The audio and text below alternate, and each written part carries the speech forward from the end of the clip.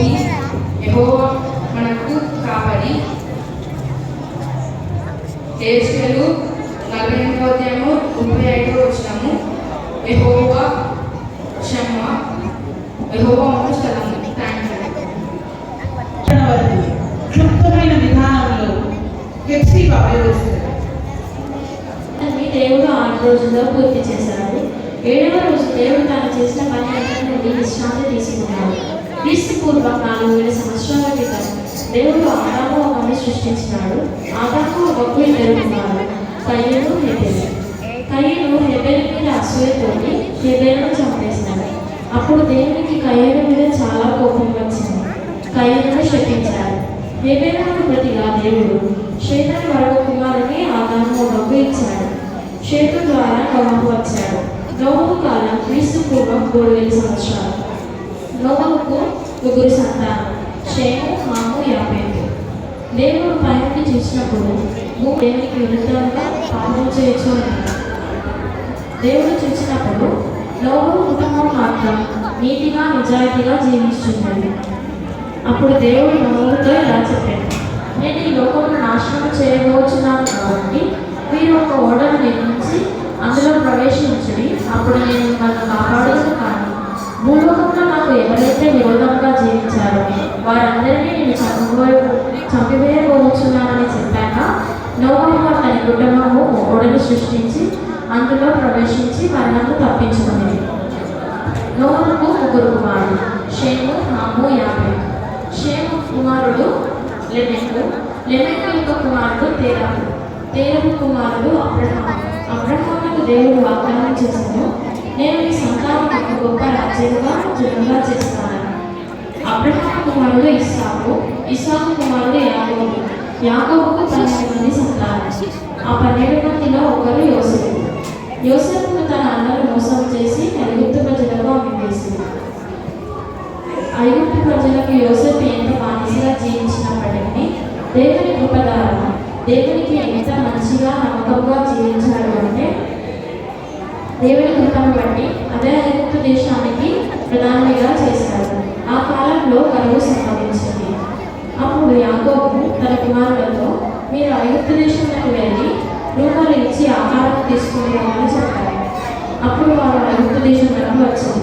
అక్కడ యోసేపు తన అన్నలను గుర్తుపట్టి, మీరందరూ వెళ్ళి మన నాన్నను తీసుకుని రండి, మనం అందరం కలిసి ఇక్కడే జీవిస్తామని చెప్పాడు. ఐగుప్తు నుండి ఇశ్రాయేలు 70 మంది ఐగుప్తు దేశంలోకి వచ్చింది. దేవుని కృపను బట్టి ఆ 70 మంది తర్వాత 20 నుండి 30 లక్షల మందిగా తయారయ్యారు. యోసేపు తరపు వారు మరణించారు. యోసేపును మరియు యెహోవాను ఎరుగని ఒక కొత్త రాజు వచ్చి వారందరినీ అనగా ఇశ్రాయేలు ప్రజలందరినీ బానిసలుగా చేస్తున్నారు. ఇశ్రాయేలు ప్రజలను దేవుడు విడిపించాలనుకున్నాడు. అందుకు దేవుడు ఒక నాయకుడిని ఎన్నుకున్నాడు. ఆ నాయకుడి పేరు మోషే. మోషే 40 సంవత్సరాలు ఇశ్రాయేలు ప్రజలను నడిపించాడు. కానీ మోషే చేసిన తప్పేంటంటే మాట్లాడమని చెప్పిన రాణిని కొట్టాడు. అందువలన దేవుడు వాగ్దానం చేసిన దేశంలోనికి అనగా పాలు తేనెలు ప్రవహించిన దేశంలోనికి మోషే వెళ్ళలేకపోయాడు. కానీ దేవుడు మోషే మీద కనికరం చూపి నెబో కోట మీద నుంచి కనాను దేశంలో చూడనిచ్చాడు. కనాను దేశంలో చూసిన వెంటనే మోషే మరణించాడు. మోషే తర్వాత దేవుడు ఇశ్రాయేలు ప్రజలను నడిపించడానికి దేవుడు మరో నాయకుడిని ఎన్నుకున్నాడు. ఆ నాయకుడి పేరు యెహోషువ. యెహోషువ 27 సంవత్సరాలు ఇశ్రాయేలు ప్రజలను నడిపించాడు. ఈయన తర్వాత న్యాయాధిపతులు వస్తాడు. హన్నా అనే ఒక ఆత్మీయురాలు, ఆమె గుర్రాలు. ఆమె చేసిన కన్నీటి ప్రార్థన వలన దేవుడు ఆమెకు కుమారుడిని ఇచ్చాడు. ఆ కుమారుడి పేరు సమూయేలు. సమూయేలు చిన్ననాటి నుండే దేవుడు తన సేవ కొరకు ఎన్నుకున్నాడు. ఆ తర్వాత సమూయేలు ప్రవక్త అయ్యాడు. ఇశ్రాయేలు ప్రజలందరూ సమూయేలుతో, మాకు కూడా ఇతర ప్రజలు ఉండడాలనే మాకు కూడా ఒక రాజు కావాలని సమూయేలును బలవంతం చేశాడు. అప్పుడు సమూయేలు దేవునికి ప్రార్థించాడు. అప్పుడు దేవుడు ఇలా అన్నాడు, నువ్వు ఎందుకు బాధపడుతున్నావు? వారు నిన్ను మాత్రమే కాదు నన్ను కూడా విసర్జించి ఉన్నారు కనుక వారికి ఒక రాజును నియమించుము అని దేవుడు సమూయేలుతో చెప్పాడు. సమూయేలు ఒక రాజును నియమించాడు. ఆ రాజు పేరు సౌలు. సౌలు మొదటిలో దేవునికి లోబడి జీవించాడు, కానీ ఆ తర్వాత దేవునికి విరోధంగా జీవిస్తూ వచ్చాడు. అప్పుడు దేవుడు సౌలును తన రాజు పదవి నుండి తీసుకెళ్ళాలని అనుకున్నాడు.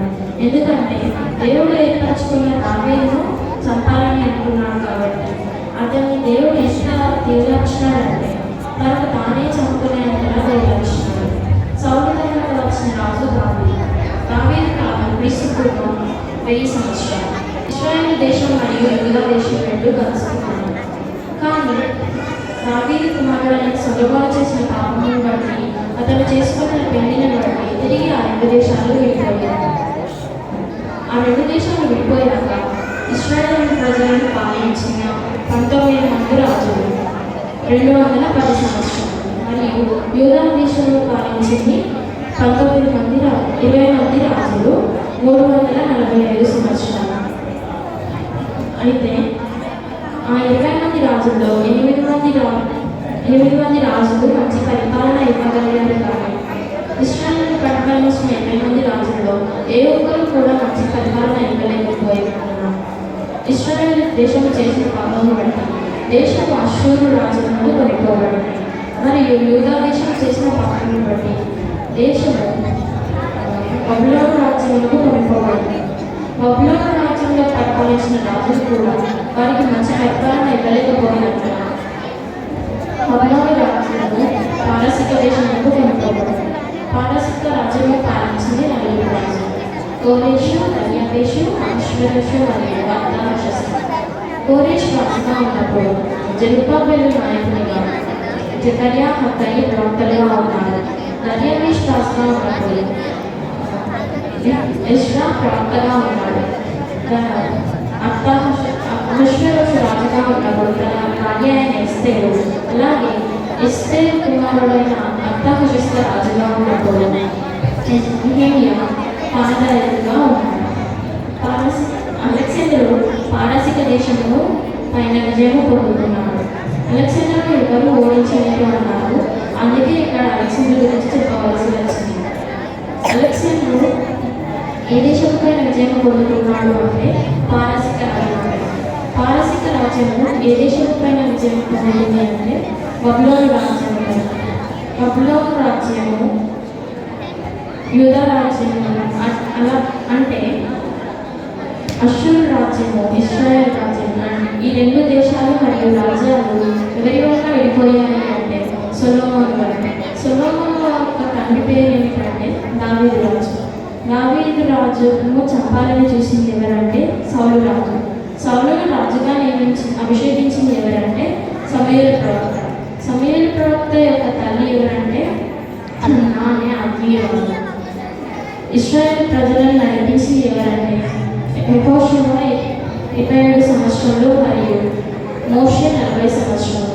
మోషేకు ముందు 70 మంది ఐగుప్తులకు వచ్చింది. అలాగే యోసేపు వాళ్ళ తండ్రి యాకోబు, యాకోబు వాళ్ళ తండ్రి ఇస్సాకు, ఇస్సాకు వాళ్ళ తండ్రి అబ్రహాము, అబ్రహాము యొక్క తండ్రి తెరహు, తెరహు యొక్క తండ్రి లెమెకు, లెమెకు యొక్క తండ్రి షేము, షేము యొక్క తండ్రి నోవహు, నోవహు యొక్క తండ్రి షేతు. షేతు ఎవరికి బదులుగా ఇవ్వబడ్డాడు అంటే హేబెరును బదులుగా. హేబెరును చంపింది ఎవరంటే కయీను. కయీను మరియు హేబెరు ఎవరి కుమారుడు అంటే ఆదాము ఒక కుమారుడు. ఆదాము అమ్మకు ఎవరు సృష్టించారు అంటే దేవుడైన యెహోవా. ఆదాము నుండి నోవహు వరకు 1000 సంవత్సరాలు. నోవహు నుండి అబ్రహాము వరకు 1000 సంవత్సరాలు. అబ్రహాము నుండి దావీదు వరకు 1000 సంవత్సరాలు. దావీదు నుండి యేసుక్రీస్తు వరకు 1000 సంవత్సరాలు. మొత్తం 4000 సంవత్సరాలు. చీకటి కాలంలో తీసుకోకపోతే 3600 సంవత్సరాలు. క్రొత్త నిబంధన కూడా తీసుకుంటే 4100 సంవత్సరాలు మొత్తం బైబిల్లో ఉన్నాయి. ఇప్పటి మన కాలంలో కూడా చూసుకుంటే మొత్తం 6025 సంవత్సరాలు. ప్రస్తుతం దేవునికి స్తోత్రం.